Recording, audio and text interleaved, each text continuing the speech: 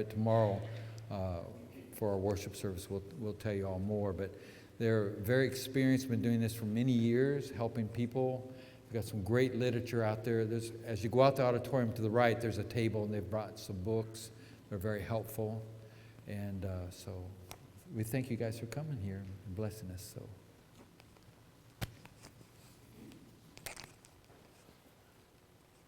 Let us say amen to what he just said. We appreciate it. We know you could be many other places, particularly if you're a basketball fan. This is a very important time right now going on in regard to the NCAA tournament, both men and women both. Usually folks ask the question, how did you folks get started in this? In 1990 at Freed-Hardeman, Don said, let's go hear my good friend Bill McDonald, who's from Centerville, Tennessee. I said, what's he talking about? He said, he's going to talk about preachers and grief. And I said, does he know what he's talking about? He said, yeah, he's a grief counselor. He's a funeral director and elder of the church and counselor. And yes, he knows what he's talking about. Well, there at the Henderson Church Building was where he was speaking, there at the lectureship.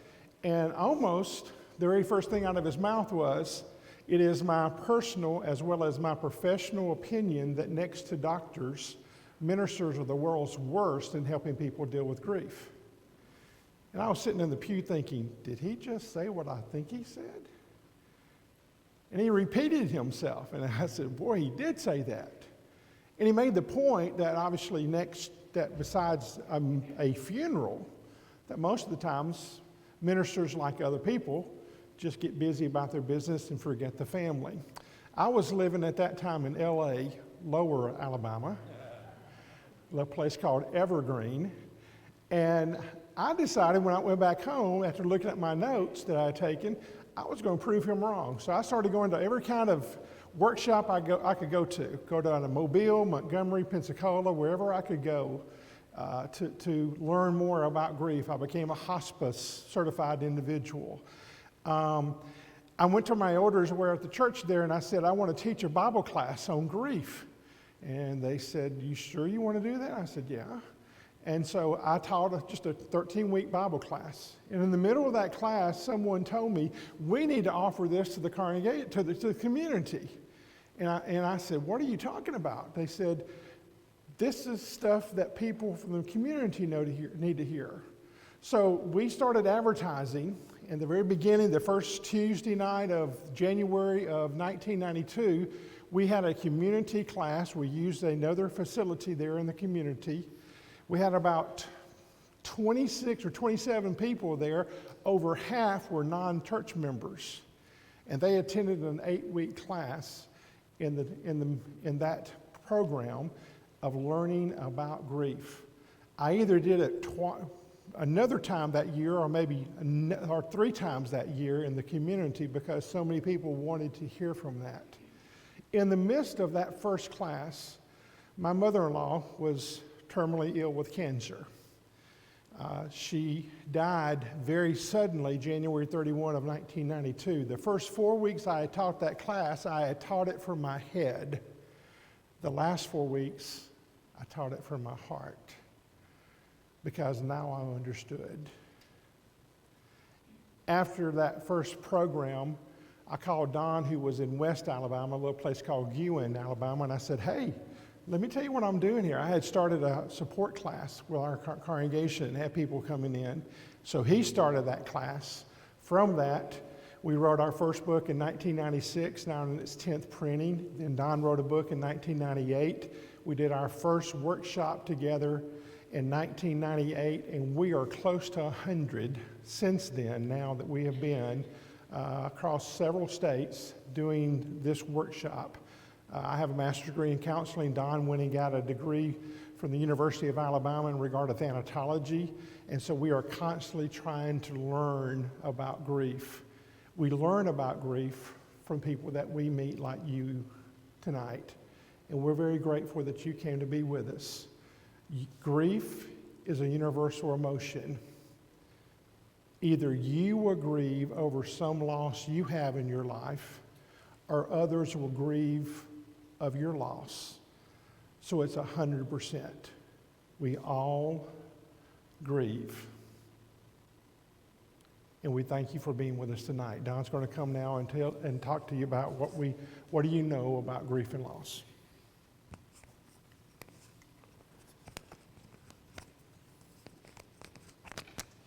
We want this to be a discussion class, and so feel free to make comments as we especially look at the true and false. Got to meet some of you coming in, and so some of you were gracious enough to share your grief story in terms of your journey through the losses that you dealt with, and I'm grateful that you did that. Many of you didn't have the opportunity to do that. So I don't know if this applies to you or not, but Eloise Cole puts it this way: I seem to be falling apart. My attention span can be measured in seconds, my patience in minutes. I cry at the drop of a hat. I forget things constantly. The morning toast burns daily. I even forget to sign the checks. Half of everything in the house is misplaced. Anxiety and restlessness are my constant companions. Rainy days seem extra dreary. Sunny days seem an outrage. Other people's pain and frustration seem insignificant. Laughing, happy people seem out of place in my world. It's become routine to feel half crazy. I am normal, I am told. I'm a newly grieving person. Perhaps you can identify with that. And some of those things may be a part of your reason for being here tonight. Let's look at the handout, Just Walk With Me, and I want you to follow along with me. And after we read that together, then I want to ask you a question about it. I have a problem. I want to tell you about it, but not really. I'd rather keep it to myself, handle it alone. I do think it'd be good for me to share it with you, though. But I don't want to because of what you'll say or how you'll act. I'm afraid that you might feel sorry for me in a way that makes me feel pathetic, like I'm some poor thing. I'm afraid you might try to cheer me up, that you'll give me words or texts or prayers that tell me in a subtle way to stop feeling bad. If you do that, I'll feel worse, but I'll hide it behind my obedient, cheerful smile. I'll feel you don't understand. I'll feel you making light of my problem like it can be brushed away with some brief words of cheer. I'm afraid you'll give me an answer. That this problem I've been wrestling with for some time now, and which I've had endless thoughts, you will belittle. You mean you can answer in a half minute what I've struggled with for weeks, maybe even months? I'm afraid you might ignore my problem, talk quickly about other things, or tell me of your own. I'm afraid you might see me stronger than I really am, not needing you to listen and care. It's true I can get along alone, but I shouldn't have to. What I'd really like is for you to just walk with me. Listen as I begin in some blundering, clumsy way to break through my fearfulness of being exposed as weak. Hold my hand and pull me gently as I falter and begin to draw back. Say a word, make a motion or a sound that says, I'm with you. If you've been where I am, then tell me how you felt in a way that I know you're trying to walk with me, not change me. But I'm afraid that you'll think I'm too weak to deserve respect and responsibility. Or you'll explain to me what's happening with labels and interpretation. Or you'll ask, well, what are you going to do about it? Please just walk with me. All those other things seem so much brighter and sharper, smarter and expert. But what really takes love is to just walk with me. I'm sure what I want is people who have a shepherd as their model. People in their own way bring to others an experience of the Lord is my shepherd. I shall not want. Now, here's the question. Why is it difficult for others to walk with us in our grief? Why is it difficult?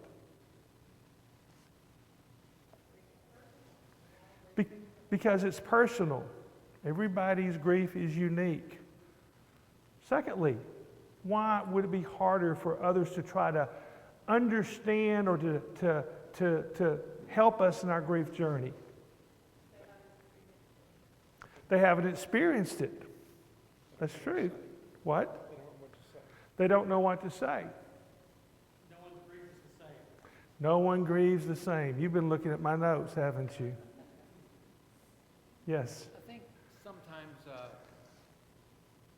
we feel a responsibility as a Christian. Well, I've got to fix this person. It's my responsibility to, just say, it's like, that's silly, but I think we might feel that. Yeah. TV show, there's a fixer-upper, right? You see demolition and you want to fix it. That maybe will be true. But we have that type of do this, and you'll be much better. When in fact, all they really need is just somebody to listen to them. We all have a grief story, unless you've not experienced grief at all. We all have a grief story. What typically on Sundays and Sunday nights and Wednesday nights and times like this is looking for folks who are willing to listen to it, even if they've heard it already. There's a lot of people that just need some of your time as they tell once again just how devastating their grief is to them. And they're just looking for folks who are willing to do so. We'll look at Job chapter 2 later on tomorrow night, but Job's 3 friends. How long did they stay with him? 7 days and 7 nights. The Bible doesn't record to us what Job said, or if he said anything, but they were there in the circle of pain. When in doubt, just be there. That's so very important. We ask people out in the foyer, how are you doing? And what's their number one answer? I'm fine. Why do people say I'm fine?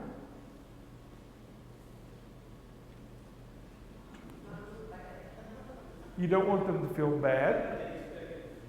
That's what the expected response is. No words to express. Polite. No words what? No words to express how you feel. Very true. And it depends on some situations, but you think that if I say that, then they'll mentally check off that list and they'll move on. In Florence, Alabama, on a Wednesday night, a lady who had been in our grief class, who about 2 months beforehand had endured or was enduring the death of her husband, who worked for TVA, traveling back from Florence to Chattanooga, only to be struck on his motorcycle and killed. So it's about 2-3 months later. And a man in that congregation walked up to her, took her by the hand, and said, "How are you really doing?" She said, "I lost it. I screamed in his face and I ran out of the building. And while I was boo-hooing going out in the parking lot, I thought to myself, he really wants to know. It's not just a trite question." And so she said, "I got myself back together, went back in, and told him just how bad it had been and how terrible it was. But at the same time, she was grateful that somebody really wanted to know." And so that's very important. And it's really important for us to try to keep that in mind. And my hope is by the end of tomorrow night, we've given you some information that will be helpful in trying to help minister to yourself as well as to others. With that idea in mind, let's look at the test. And we will not be grading it. But I want you to be involved in talking about it, if you will. It comes from a great book by Therese Rondeau, How to Go on Living When Someone You Love Dies. Number 1, true or false? It normally takes 1 year to get over your grief. False. FH, a few guys came in late. Would somebody be willing to take them a handout? And that'd be awesome. Guys or whoever, if you want to raise your hand, make sure that he'll get that to you. What's wrong with that statement? I see at least three things wrong with it. What's wrong with that statement? It normally takes 1 year to get over your grief. There's a time limit, and there's really not. There's nothing normal. And what's the third issue? Yes, ma'am. Some people will put a time frame on it. You don't get over grief. Thank you. Thank you. The fact is this, the younger you are, the longer you're going to grieve. That just makes sense, does it not?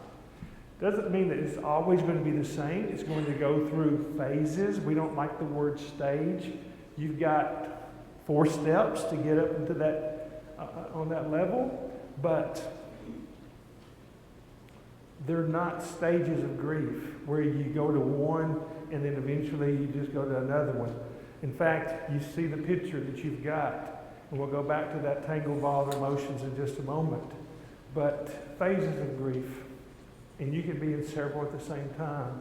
And so, just understand, no time frame, and you're not going to get over, and there's nothing normal about it. Number 2, all bereaved people grieve in the same way. False. And even if you are dealing with the same loss in your family, siblings, and you lost the same parent or parents, you are still going to grieve differently. We lost our last parent a year ago, January, at the age of 92, our dad. Ron and I are identical twins.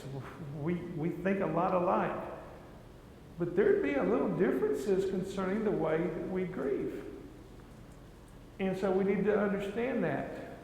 And even people who may have had the same exact loss that you had in the exact same way are still going to grieve differently. Why? Why are they going to grieve differently, ma'am?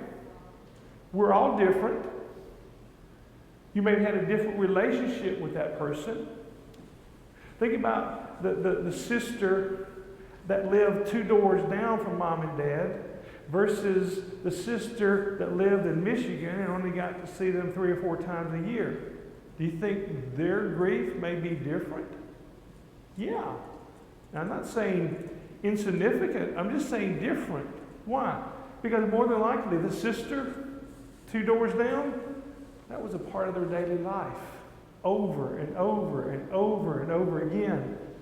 And there's what is referred to as redirection, where you have to reinvest your time because no longer are you seen after that loved one, that parent, and you feel guilty because all of a sudden you've got all this time on your hand that you've been given to mom or that you've been given to dad, and that sister 2 doors down is thinking, I've got all this time and I feel so guilty. Well, it's not like you chose for the parent to pass away, but I'm just saying it's going to be different. And we just need to understand that. Not saying that the sister in Michigan is any less loving and caring for the parent, but you see the difference. Number 3, children grieve in ways that are different than adults. Very true. Very true. Children are often referred to as the forgotten grievers. And I wish we could spend a whole lot of time talking about that one. But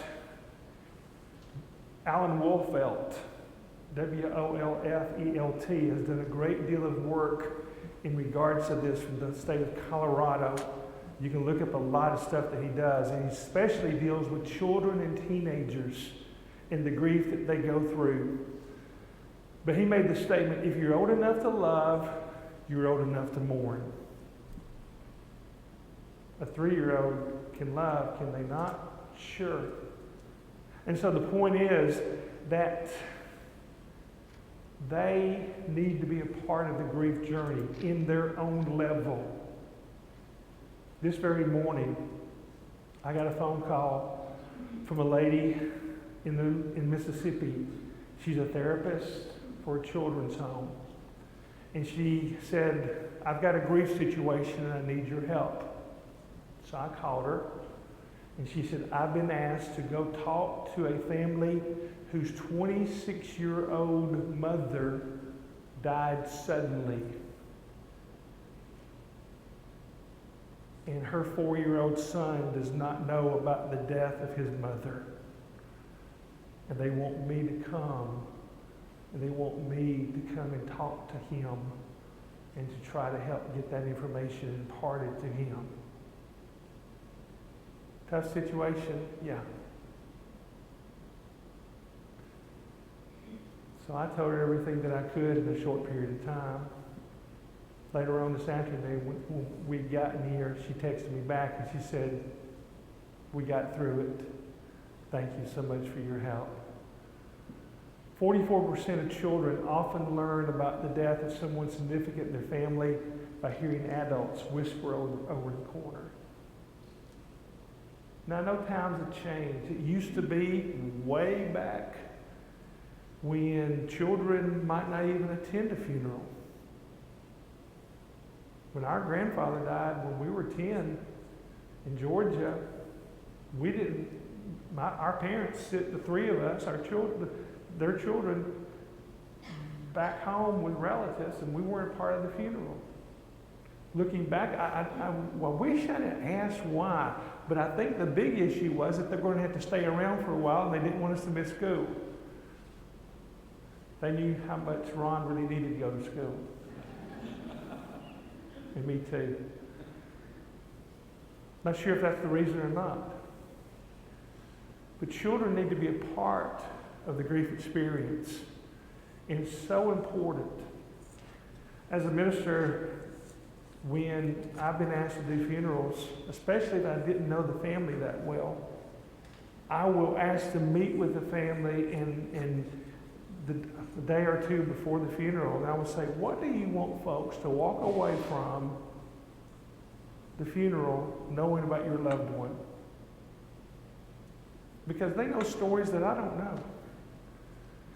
One occasion, a matriarch of a family who was a school teacher in our local system died, and there were six children and her husband.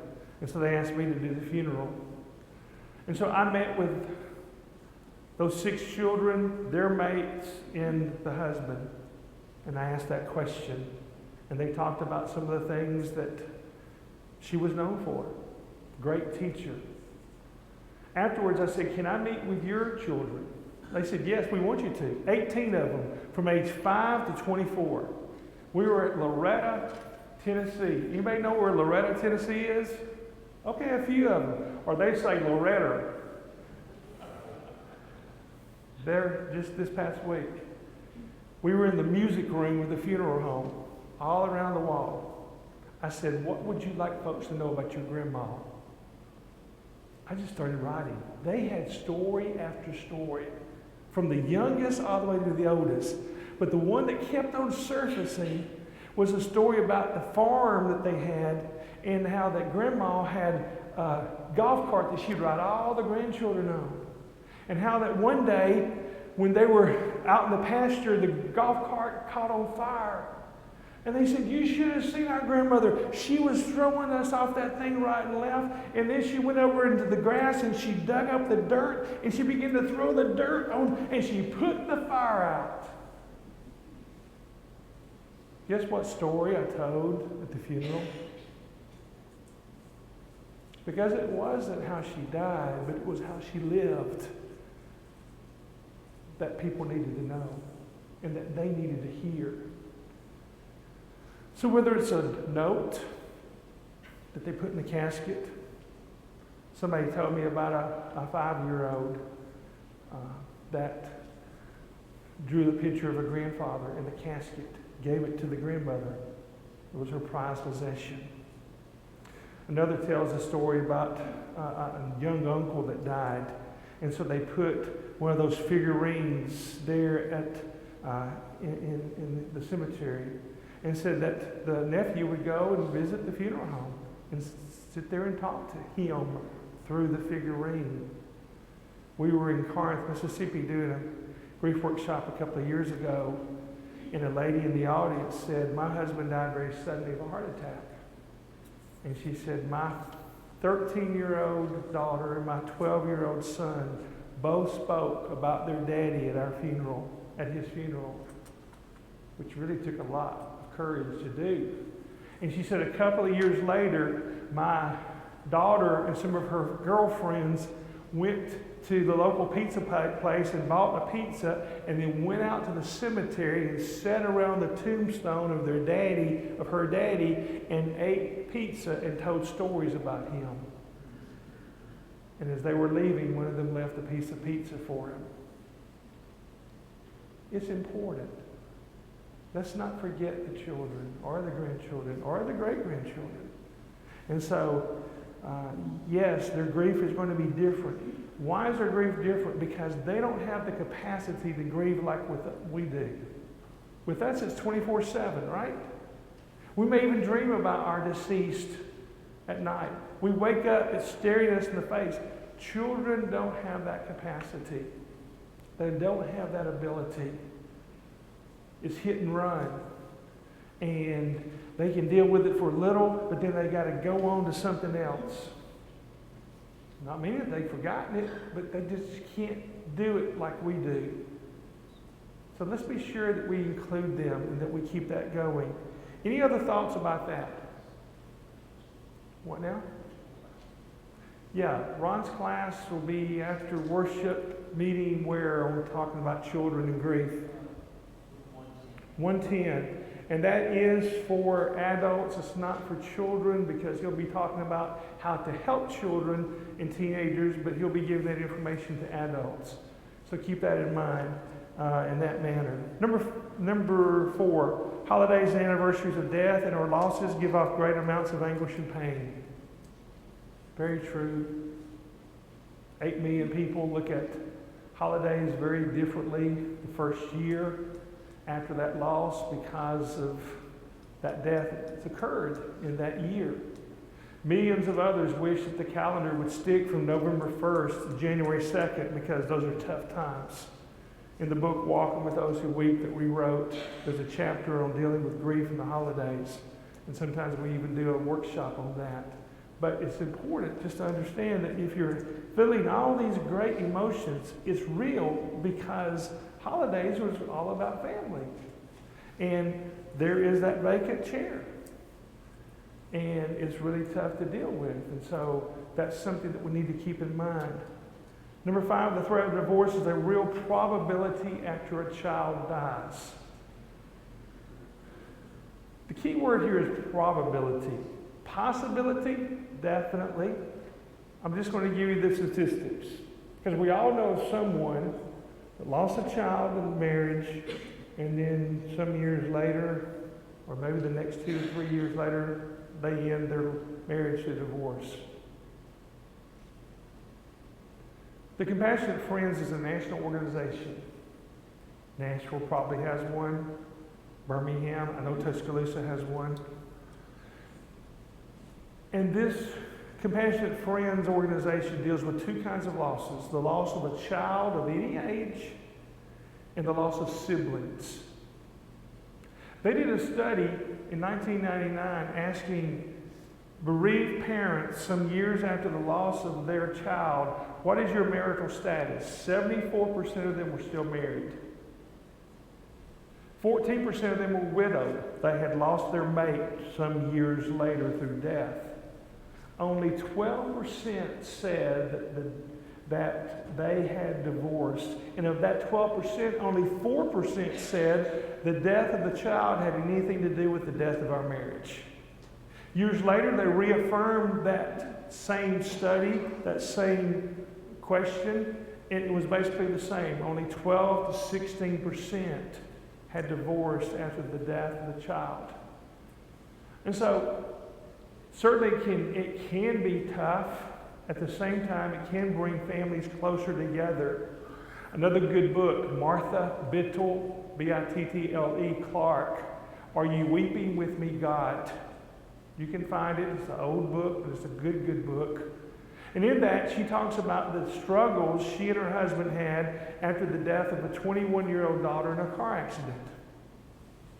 And how that she didn't think her husband was grieving. He'd come home, they'd eat, he'd take a nap in the recliner, and then they'd go to bed. Weren't talking about it. It was with her throughout the day. She's at home. She's weeping. She's crying. She's grieving.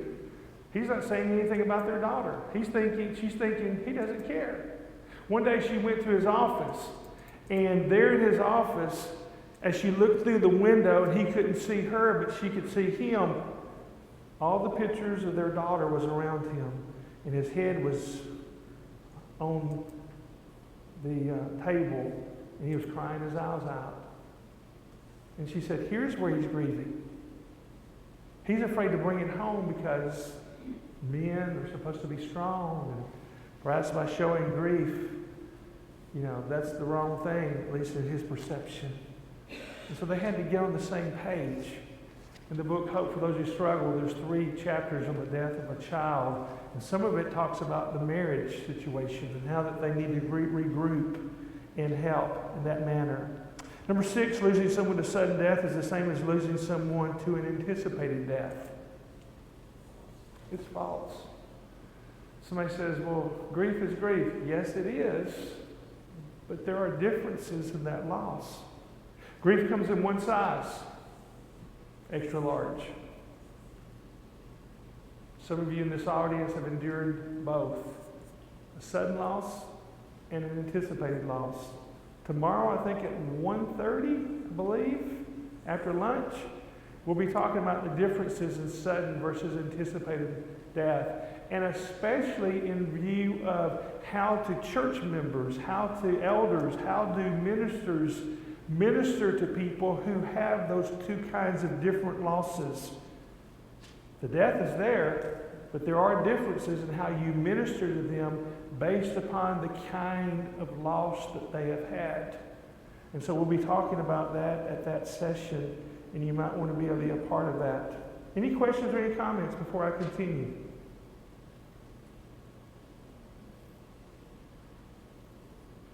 Number 7, an adult will not be affected much if their parent dies.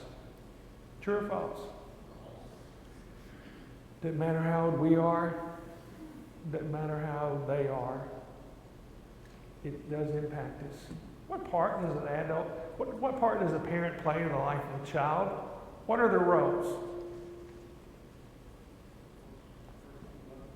The first one who loved us. What else? A mentor.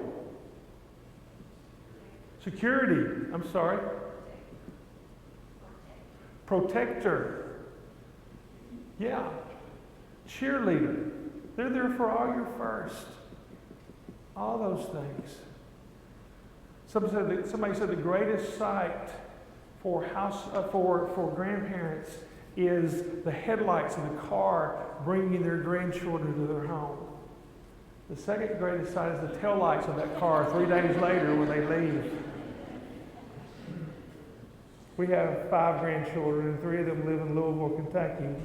And so when they come as they came last weekend for our big event at the Children's Home where I'm the director, it was wonderful to have all of them there. There were 12 of us there, and it was a great, great fun time. But that nap that afternoon after they had left was so good because we had worn ourselves out seeing after 4 of them, or there were 4 teenagers there. And so out of those that were there. So yes, it does impact us. And it doesn't matter how old we are. Number 8, your grief journey is going to consist of neat stages of feelings and emotions that come in orderly and structured ways. Completely false. That's why I wanted you to have this copy. Because that's what grief is. Miss Becky, what's at the center of that picture? Denial. Very, very much a part of the grief process. Here's some homework for you. Not necessarily tonight. Maybe tomorrow night. Maybe sometime next week. Look at that list and see which emotions you presently are dealing with. And then do this. This is just for you. You're not going to show this to anybody but yourself. Put the date beside the ones that you are presently dealing with. Put the date on there. And then, a couple of weeks later, bring it out again. and look at and say, okay, now on top of all that, I'm having some panic issues. So I put a date there. Or no longer am I having confusion, so you might want to X that one out and put another. This is just for you. But you need to understand that there's nothing neat about the grief journey. It's not stages. Ron talked about the grief class that he has taught, and I finished my 30th year of teaching one back in November, wherever I've been able to be. And several times after that class is gone over 10 weeks' time, somebody will say, thank you for allowing me to realize I'm really not losing my mind. I'm just going through grief. Because that's true. So there's nothing neat about it. It can be disarray, but that might be helpful for us to understand. Number 9, the words, I know how you feel, can be of great comfort in time of loss. I've had too many people in my classes say, that did not help me. In fact, I know a preacher's wife, I will not give her name, who said, I just wanted to poke them. She had endured the loss of 2 husbands. The first one to anticipated loss, the second one to a heart attack. Died very suddenly. Some of you would know that minister. And she said, when people would say, I know just how you feel, she said, I just wanted to lay them out. I said, boy, wouldn't that be something? Newspaper. Preacher's wife lays out somebody in the church foyer during Sunday school. But the idea is, I'm not in your body. I don't know how you feel. I know how I feel. Are there commonalities in grief? Yes. But to be able to say, well, you had this loss, I had this loss, and I know just how you feel. This morning at 11:30 at our congregation back home in Florence, Alabama, there was a funeral for a 6-week-old baby that died a week ago today, early morning, up in the mountains with his family. Some of you may have experienced losses like that. But for somebody to say, I know just how you feel, that wasn't your baby. It didn't happen in the way. They've done an autopsy. Don't know the reason, may never know the reason. That doesn't matter. I just know that mama is hurting. And Wednesday night, there were a lot of people hugging on her and on her children. We just need to understand that we truly, what's the best way to put it? I can only imagine what you're going through. A lady in my grief class put it this way. She says, when I go to the funeral, they're standing there beside the casket of their loved one, I will say, I don't know how you feel, but can I give you a hug? You can't go wrong with that one. Because you're saying, I don't know how you feel, but I still care. And that's what people want to know. And so that's important. The next one, big word, disenfranchised grief. If you want to know more about that, a fellow by the name of Boss talks about that a great deal. And suggests a loss that either is not publicly recognized due to the relationship or loss that is not publicly accepted. That's true. Disenfranchised loss is loss that we often don't understand or we don't openly acknowledge. What about the loss of a baby through miscarriage? A lot of hurting people. Sometimes we don't even announce it. And yet folks are hurting. What about the loss of someone through suicide? I know we live in a world in which in some cases they glamorize it.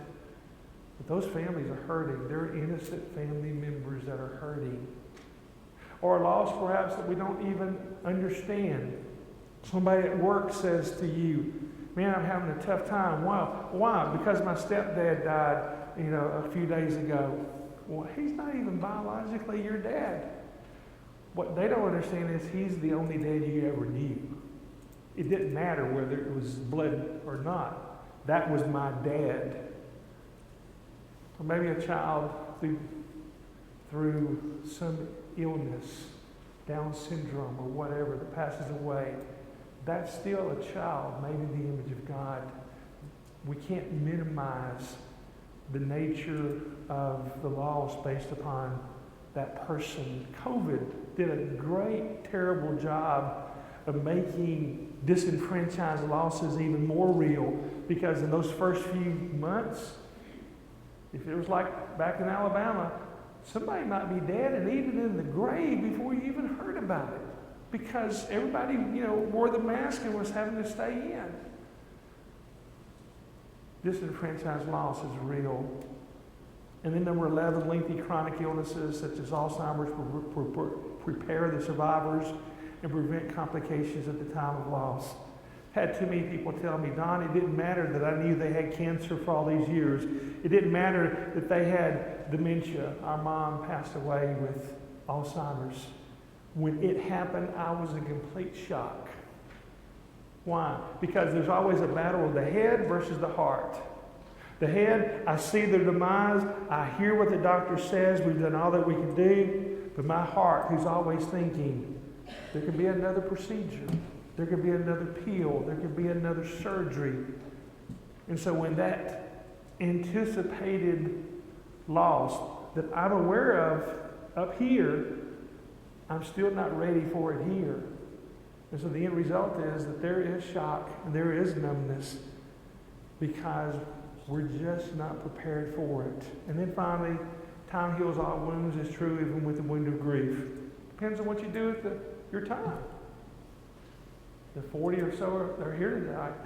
Many other places you could be, that says a great, great deal about you. But it's what you do with the time that makes the difference.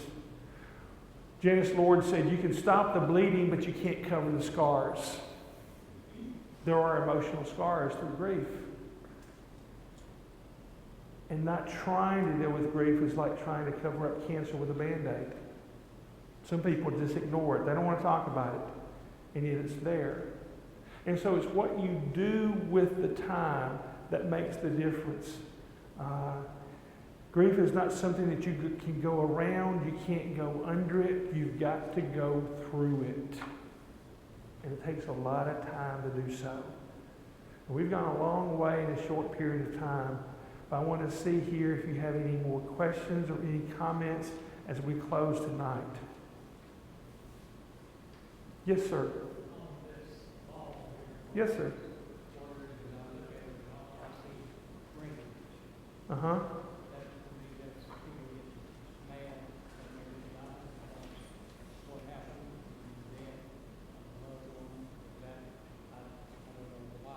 Well, you could, somebody else put that there, but he mentioned the idea of rage, and that can be, some people might be angry with God.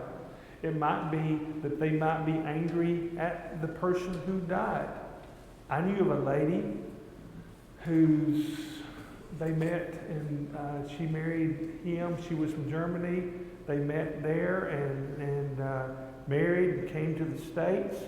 She was a part of my grief class. She said he was always having heart issues, and yet he was so manly, macho, that he would not go to the doctor, even though the best friend that he had in the whole town was a local doctor. When he was carrying up the groceries up the steps of their house, that's where he had the massive heart attack. They did all the help they could give him, and yet he died. She was mad, angry at him because he refused to go to the doctor. I don't know if it was rage or not, but rage to me is souped up anger. But there may be times, maybe because of the nature of the situation, maybe because of the nature of the person who had things that they could have done to make themselves better, but they chose not to do. Maybe because of the situation itself and the nature of the loss. I don't know. That's an interesting word. But yeah, there may be some people who have souped up anger, and it takes time to work through it. Thank you for your comment. Somebody else? No, I have a concern. Yes, ma'am. And when you have like a large congregation, and you have some people who have lost someone, you have someone who is struggling with their relationships, and you heard for each one of those. How do you deal with that? I mean, that's kind of where I am right now. Because I, you know, you have people, friends that are hurting, you love them dearly, you have family members that, you know, are sick and, you know, they die, and then you have death. And how do you deal with all that grief? Okay. It's not going to end it. Appreciate your comments. You said there's folks in congregation who have grief, and how do you help them with their grief, and what are some things that we can do? And it may not be even a death situation. It may be chronic illness. It may be relationships, whatever the case may be. It's a good question. Don't know that I have a complete answer for it. The last lesson tomorrow night at 6 will have a long list of things that over the years, people who in the throes of grief have said, here were things that people did for us in the first few days, the first few weeks, the first few months that helped us make it in our grief journey. Now that's more about death, but that will give some information, and you'll have, I need to give that to you, because otherwise it takes a lot longer to go through that, so I'm just going to give you the list. But that's something certainly that can be helpful. I think the main thing, nothing takes the place of your presence, being there.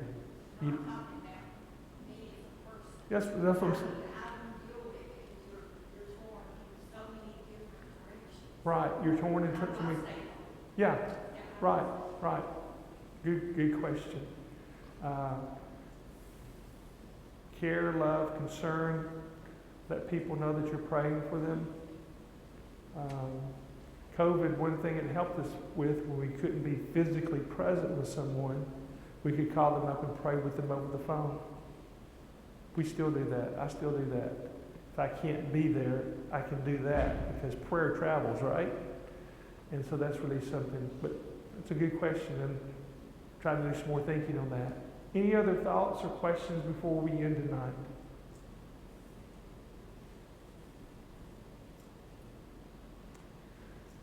Nine o'clock worship.